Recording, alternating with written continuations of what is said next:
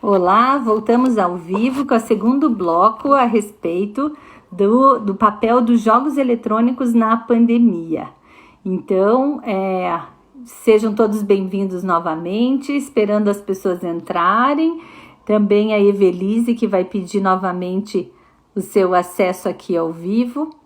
Lembrando que este é um essa é uma live vinculada ao projeto Você Importa, da Universidade Federal do Paraná. Eu sou a professora Alice Obol e estamos aqui continuando nossa conversa da live de hoje com a Evelise, que é psicóloga, vinculada ao Instituto Tecnologia e Dignidade Humana, e está dando uma verdadeira aula aí para todos nós a respeito do papel, da importância, dos riscos, das possibilidades do uso da tecnologia nesse contexto de pandemia, né? Resolvemos fazer esse segundo bloco para poder contemplar mais a participação daqueles que nos acompanham. Temos tido aí, Evelise, um público muito interessante, muito participativo em todas as nossas lives, que acabam ao final aí em torno de 150, 160 pessoas nos assistindo, com uma constância aí próxima de 50 pessoas online,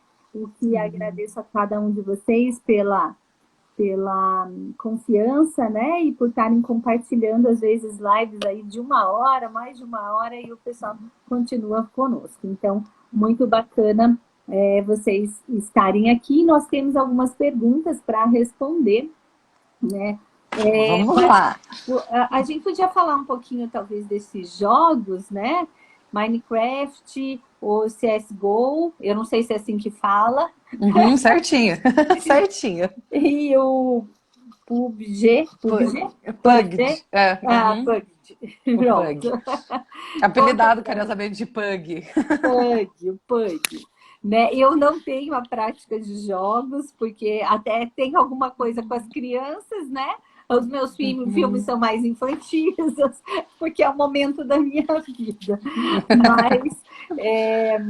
Mas seria muito bom ouvi-la falar, né, a pedido das pessoas que estão nos acompanhando, a respeito desses 3 jogos. Como você os avalia?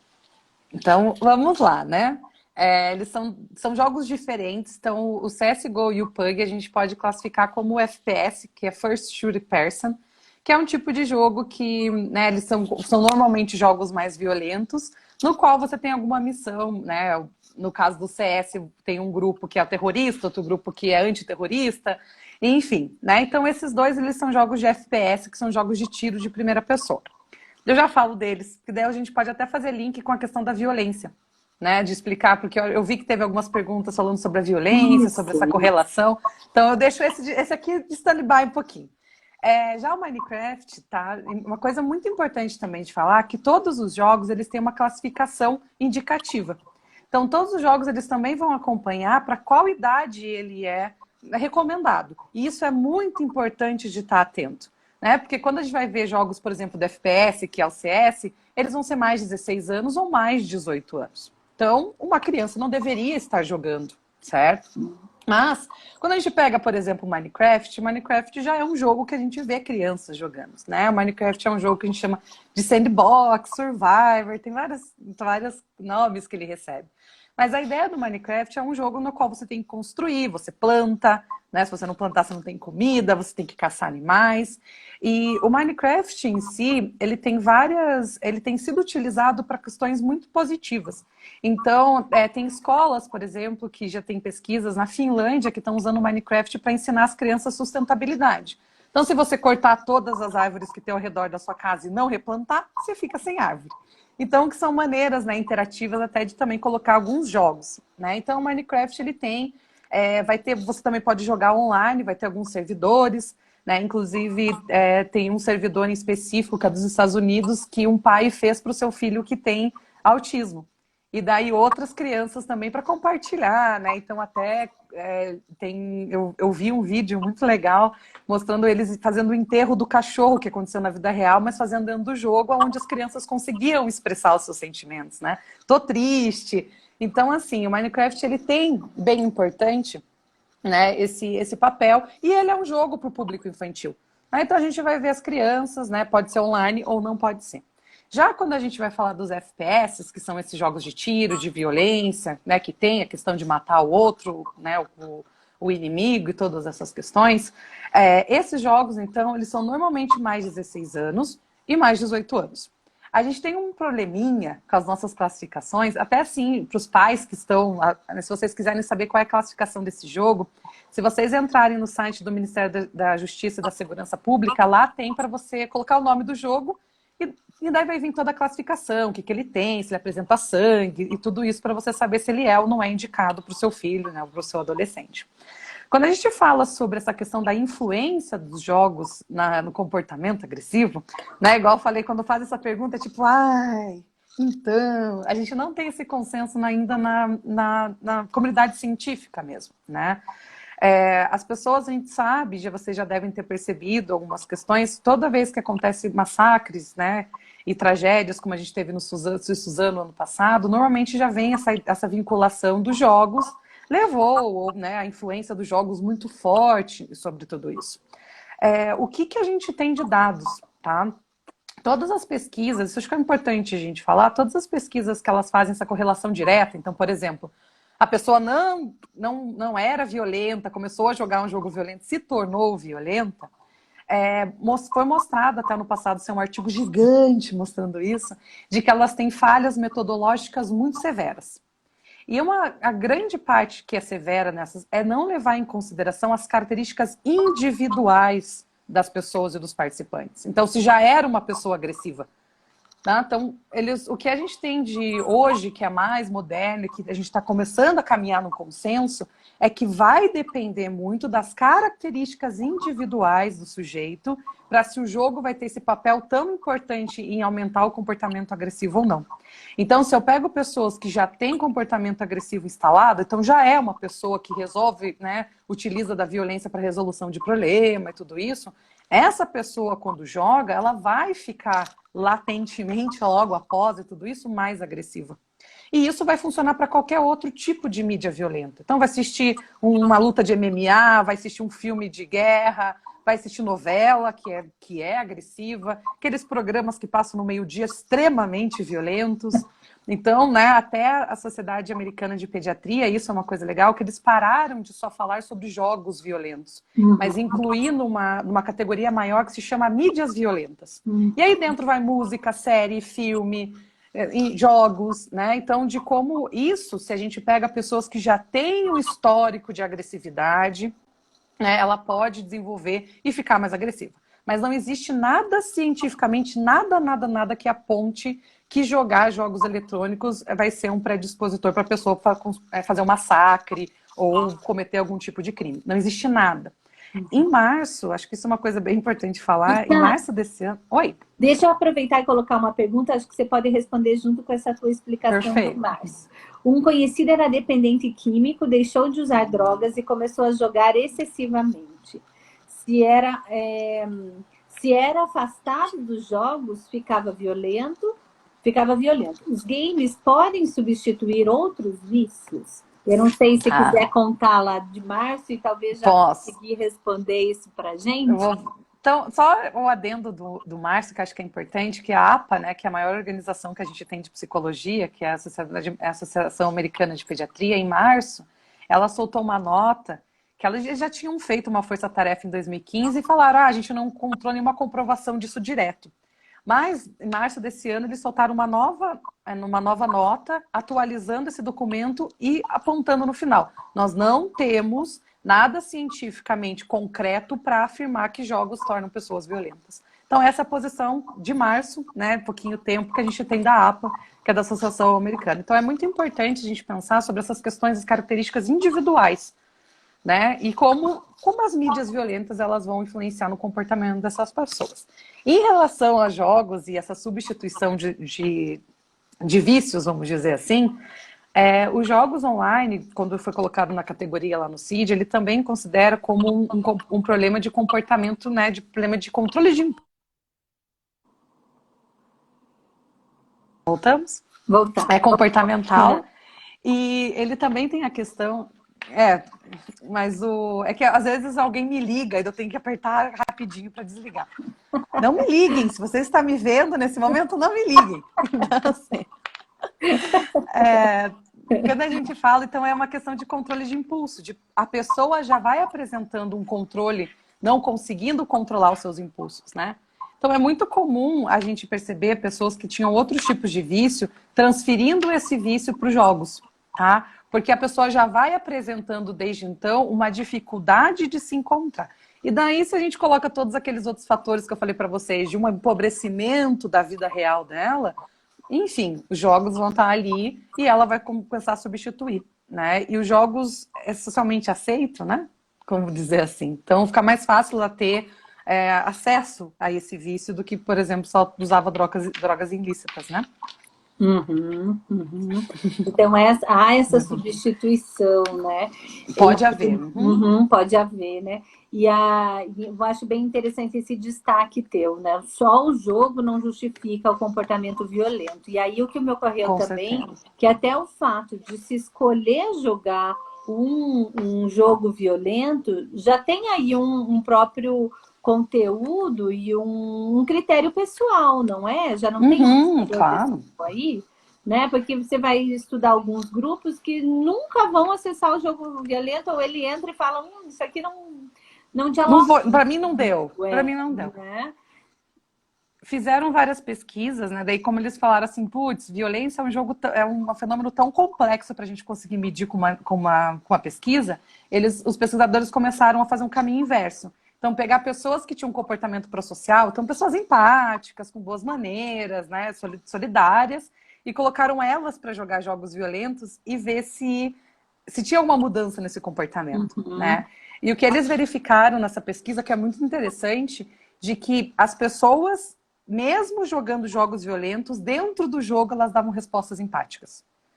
Então isso é uma coisa bem interessante, porque às vezes o jogo coloca uma situação que você tem que tomar decisão, né, que impacta no teu jogo, e as pessoas que tinham um comportamento prosocial, elas davam respostas empáticas mesmo jogando jogos violentos.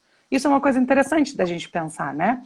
Da importância desse comportamento moral, dessa construção, né, de valores e de empatia, e que assim, se a gente for pensar perto de uma pessoa que tem uma construção uma base muito sólida nisso tudo, o jogo não vai ter a capacidade de desmontar tudo isso e transformar em uma outra coisa, né?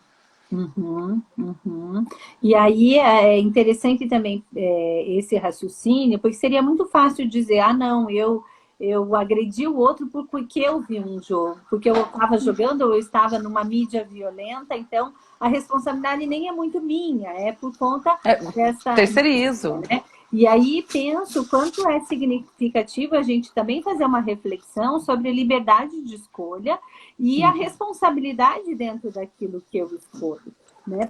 Para evitar exatamente esse escape de que, a minha existência, eu escolho o jogo que eu vou jogar, até que momento eu vou fazer, que horário, e isso é uma forma também de refletir nesse tempo de pandemia o quanto o jogo pode ser um lugar de autocuidado, onde eu tenho um espaço de lazer, onde eu tenho um encontro com o outro, mas ele também pode ser um lugar de prejuízo de si, um lugar de não cuidado, né? Onde eu me exponho a conteúdos que vão mobilizar ainda mais em mim sentimentos que talvez eu não estou conseguindo lidar e que, no lugar de me aproximar de outras pessoas, me isola, né? Como essa questão da participação em refeições ou dessa de virar noites e tal. Então, não é o jogo em si, mas é o que a gente faz com ele. E esse é o nosso lugar de existência, de responsabilidade.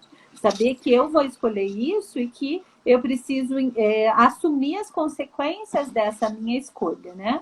Não, eu acho que perfeito o que você falou, né? Eu acho que o jogo é uma ferramenta. Como a gente utiliza é que tá as questões, né? E eu acho que uma outra reflexão que eu acho importante da gente fazer é o porquê que a gente vive numa sociedade onde violência vende tanto. Né? Então, assim, nossa, mas só tem jogo violento? Ou, nossa, como as pessoas jogam jogo violento? Por que a gente vive numa sociedade onde vende? Onde se vende muito isso, e as pessoas compram e consomem a violência, né? Isso em várias coisas, a gente não está falando só de jogos, mas música, séries, Enfim, acho que isso é uma coisa também para a gente refletir, né? Não só essa terceirização da culpa, e até quando a gente avalia um fenômeno tão complexo como a violência, e só traz um fator desencadeante, né? Um fator que influenciou, a gente vai acabar ignorando outros fatores que são tão importantes, né? História desse indivíduo, transtornos mentais, né? Histórico de ter violência, de ter sido vítima de vários tipos de violência. Essas coisas vão sendo ignoradas quando a gente aponta só o jogo como sendo responsável por esse fenômeno tão complexo que é a violência, né? Muito interessante perceber isso, né, com toda a profundidade, porque é muito mais fácil, simplesmente tira o jogo e isso resolve a violência, não, porque ela está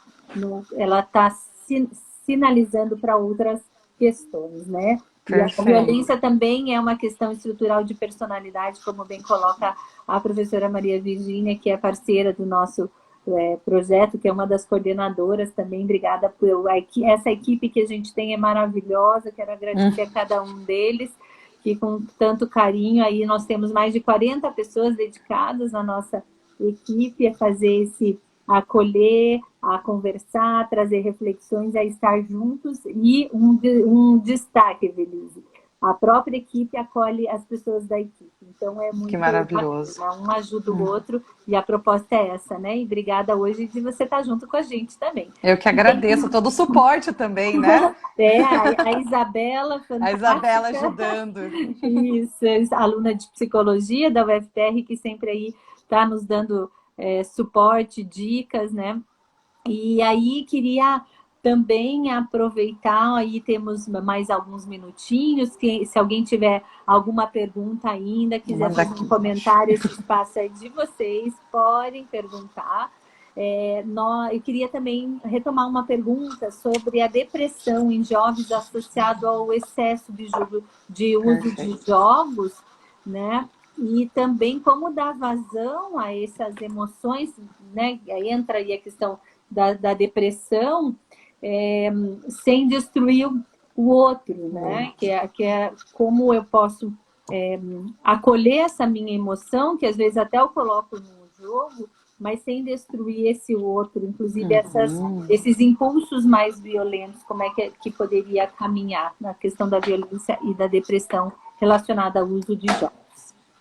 Ótimo. Então, acho que a questão da depressão é bem importante a gente falar, porque tem se mostrado nos estudos, e eu tenho percebido isso também dentro da clínica, de que sempre se falou que a depressão era uma comorbidade da dependência de jogos, né? Então a pessoa jogava demais e assim ela desenvolvia depressão. O que tem mostrado os dados é de que a depressão e a ansiedade é um fator de risco para a dependência de jogos. É ao contrário.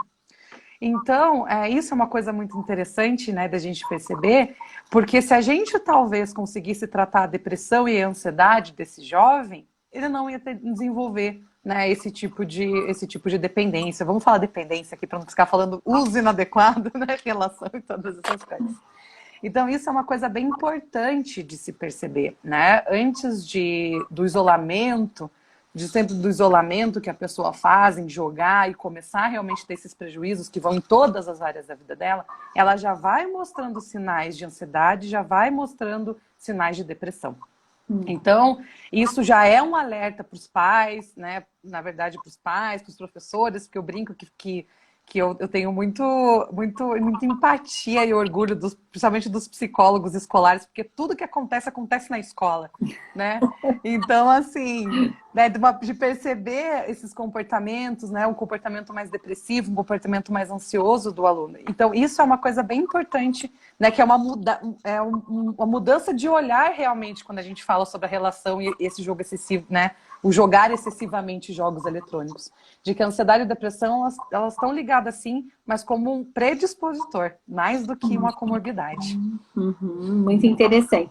Então, portanto, se a gente percebe alguém, deixa eu ver se é esse o raciocínio, se a gente percebe alguém com essa dependência ou com abuso, né, ou com um uso muito intenso de jogos, não, isso pode ter relação, sim, com depressão, mas não necessariamente que o jogo está desencadeando esse processo. Mas Isso, exatamente pela depressão, ela busca como um escape o jogo, né? O jogo isso, como um exato. lugar de fugir, inclusive, dessa vivência, ou de se esconder diante dessa realidade, né? Ou De ter as de questões de expressão, compensação, de e assim, de compensação. recompensação, de você recompensado pelas coisas no jogo, que talvez na minha vida eu não consiga ter. Principalmente no caso de pessoas com depressão, né? Então, ele é um alerta, mas não adianta a gente querer resolver isso tirando o jogo. Não é Não vai o jogo em funcionar. si, né? Porque não vai resolver esse processo. Mas é um alerta, né? Muito É um interessante. alerta. Muito interessante. E nós temos ainda uma pergunta. Ah, não, aqui já deu, mas aqui mais uma pergunta. Falando em excesso de jogos, seria legal saber qual é o tempo diário considerado saudável. Obrigada por essa pergunta, era algo que eu queria também conversar e já estava deixando escapar. Muito obrigada pela participação de vocês. Uma coisa, vamos lá, né? Esse assunto sempre vem à tona, principalmente os pais perguntam, mas quanto tempo eu deixo jogar, né? É, uma coisa bastante interessante, em breve, tá? Vai sair um documento novo da Sociedade Brasileira de Pediatria, que é exatamente sobre jogos eletrônicos, só sobre jogos eletrônicos, ainda Esse não você saiu. participou, não foi esse que você participou da Participei. elaboração? Isso. Mas logo vai sair. Então lá traz algumas recomendações. Eu acho que mais do que falarmos quantas horas, tá? Até porque vai depender muito da faixa etária, né? Até 2 anos dizem para não ter contato com as telas, né? Coisas que a gente sabe que às vezes é um pouco difícil para alguns pais, né? Mas evitar ao máximo utilizar as telas como distrator, né? Só distrair o seu bebê. Mas quando a gente fala de jogos, eu acho que uma coisa importante, principalmente quando a gente está falando com criança e adolescente, é fazer acordos. Então, coisas de, por exemplo, quantas horas vai jogar? Obviamente, né? Se a gente tiver alguém que joga 12 horas por dia, ela vai estar tendo prejuízos na vida dela, porque ela não está fazendo mais nada. Mas de coisas tão assim, olha, você tem que chegar de casa, você tem que fazer suas atividades, você tem que fazer todas, né, as suas responsabilidades aqui dentro da casa. Se sobrar tempo, você vai jogar. E tal hora você tem que dormir.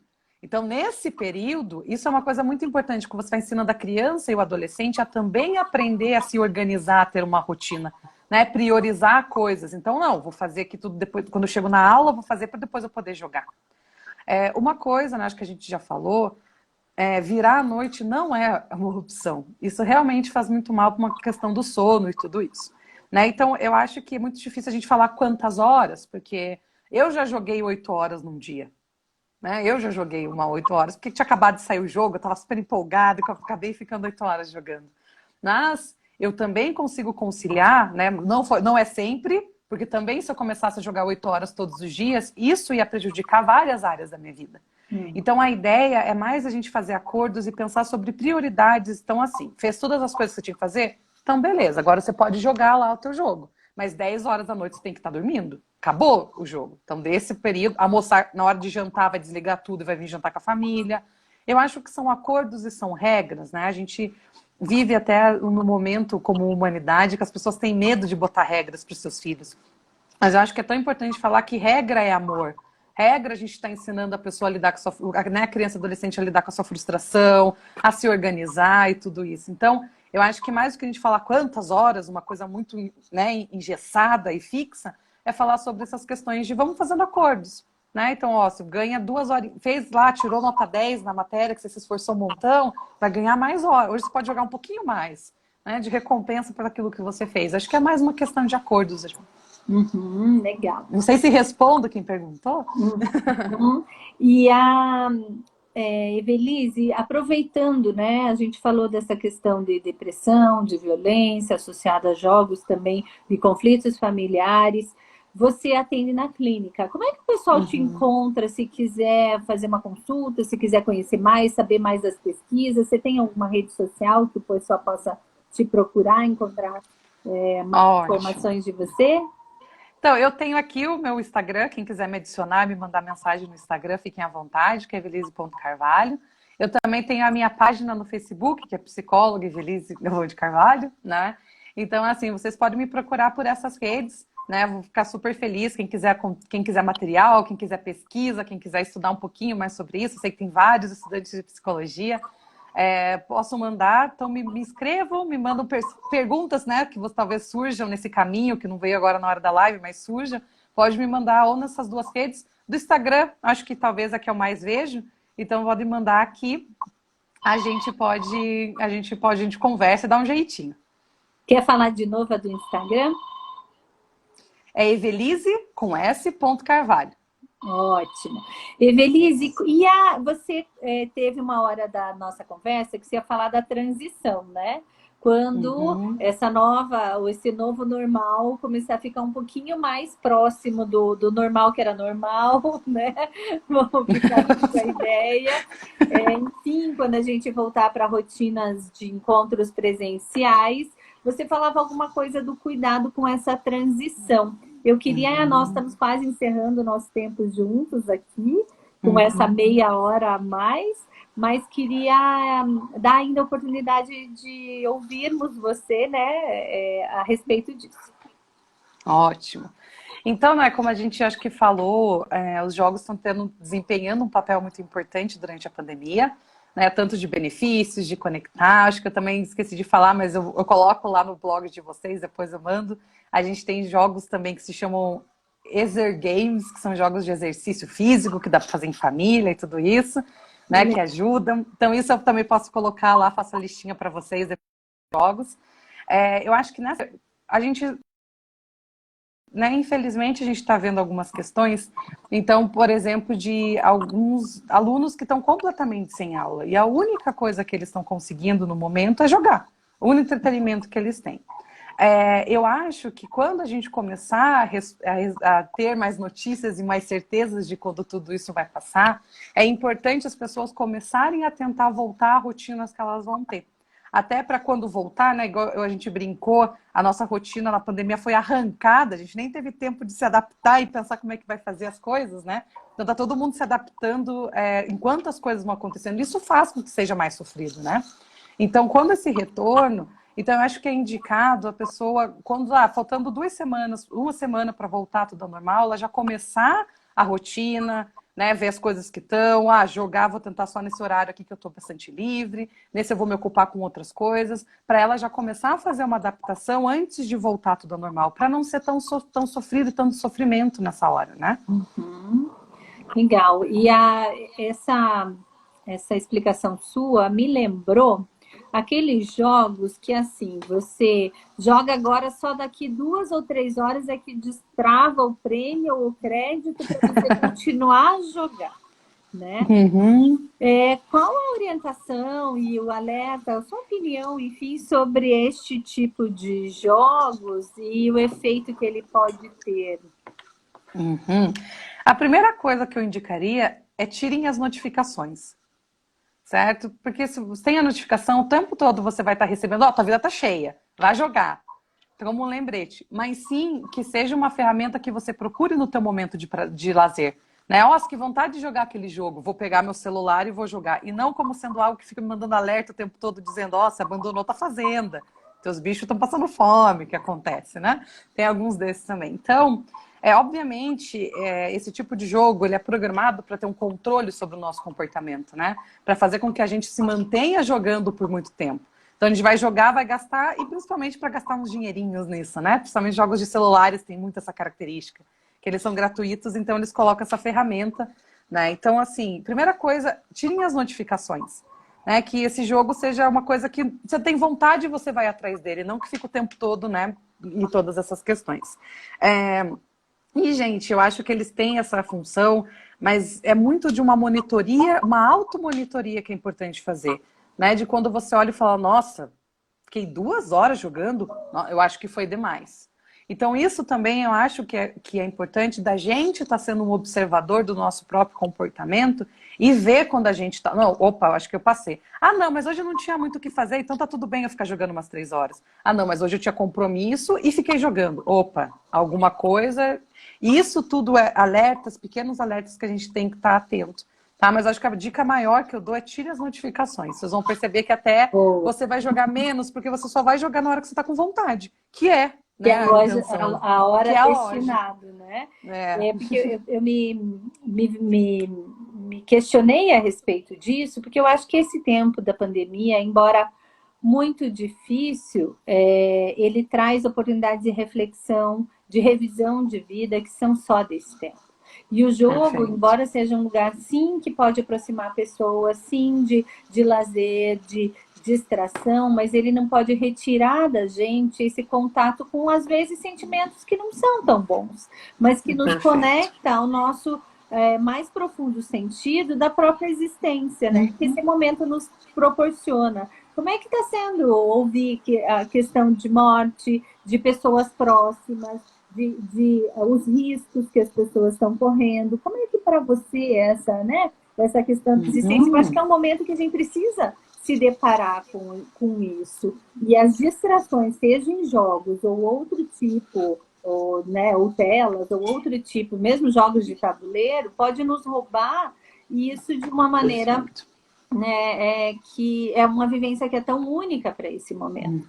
Porque, de fato, né, Evelise, não é fácil viver tudo isso, mas é isso que a vida hoje nos apresenta. E há algo daqui que é transformador para nós, né? Se a gente souber, de fato, fazer esse diálogo interior e esse diálogo com o outro, né? Eu acho que uma coisa bem importante de se falar é que jogos é uma ferramenta de lazer. Quando ele deixa de ter a parcela de diversão, quando ele deixa de ser divertido, ele perdeu a função dele. Né? Então, quando joga, ele passa a ser só distração, de eu vou jogar aqui porque eu não tenho mais nada que fazer. Ou, né, eu vou ficar jogando aqui para não pensar sobre as coisas. Ele perdeu a função, porque eu acho que, até quando a gente fala de game design e tudo isso, o pilar principal que a gente tem dos jogos é diversão. Então, se ele começa a perder essa função, ele não é outra coisa, ele não é. E aprendizado também, como o Afonso falou, ele também é essa função. Então, quando ele só é uma coisa de distração, eu tô aqui jogando, não tô me divertindo, não tô interagindo com o jogo, eu só tô aqui passando tempo, né? Tô me alienando. Eu acho que a gente tem que fazer a diferença entre distração, diversão e alienação. Os jogos, eles não são, eles são feitos para ser divertidos. Legal. Então, gente, com isso... quero agradecer de novo a Evelise, essa possibilidade de encontro, de troca, de aprendizado. Para mim é muito inspirador te ouvir, de muito alerta também como mãe. E eu agradeço, né, essa riqueza que você trouxe, esses conteúdos estão muito bem fundamentados academicamente, tão claros para o nosso público de diversas idades e realidades. Agradeço a participação aí de todas as pessoas que nos acompanharam e deixo o convite para estarem conosco amanhã na roda e na live a respeito da sexualidade e vida amorosa em tempo de pandemia, né? Lembrando que os jogos, sim, podem ser um espaço de encontro, de sentido, de felicidade, de lazer, né? E também de aprendizado, mas desde que a gente escolha e entenda que cada coisa tem o seu tempo, né? E que há um lugar específico disso na nossa vida, que é você que tem que controlar a sua relação com o jogo e não o jogo controlar. Não, agora 2 horas, já deu, já ganhei o crédito, eu preciso voltar para o jogo. Não, eu tenho o quê, né? Você que tem a escolha e o controle sobre isso. E muito obrigada por todos esses alertas, né? Que esses mecanismos, essas oportunidades de jogos eletrônicos, eles vêm de fato para nos aproximar e não para nos esconder ou tirar nossas possibilidades de encontro. Então, muito obrigada, foi uma delícia te ouvir. Eu agradeço também a equipe Convida, que tem estado tão generosamente envolvida nesse projeto Você Importa. E nós seguimos juntos, então, na nossa programação, nos nossos canais na rede, e essa live vai estar disponível no YouTube. Fica por 24 horas aqui no Instagram e depois no YouTube. Se você gostou, compartilhe. Quem gostou, quem aproveitou de alguma forma, compartilhe as nossas iniciativas para que mais pessoas tenham essa possibilidade de diálogo e de estar próximos. Todos estamos na tempestade, cada um no seu barco, mas podemos estar juntos. Então venham. Obrigada, Evelise, por ter estado junto conosco hoje. junto com... Eu que agradeço. Eu agradeço o convite de poder compartilhar com vocês um pouquinho desse mundo, né? Que é um mundo gigantesco. Né? A gente fala de 64 milhões de jogadores, 70 milhões de jogadores, que são números assustadores. Então, eu queria agradecer novamente o convite, né? Poder falar e compartilhar com vocês um pouquinho sobre tudo isso que eu pesquiso e que faz parte do meu mundo também. E de nossa, né? Todo mundo aqui tem um joguinho no celular para distrair, né? Quando está esperando alguma coisa. Então, muito obrigada novamente pelo convite e por toda a organização, né? Toda a ajuda que me deram. Muito obrigada. Obrigada a você aí de estar conosco. E então, nós seguimos juntos no programa Convida. A melhor maneira de enfrentar tudo isso é juntos. Tá bom? Obrigada, uma honra. Tchau, tchau. Tchau, Obrigada. tchau. Até mais.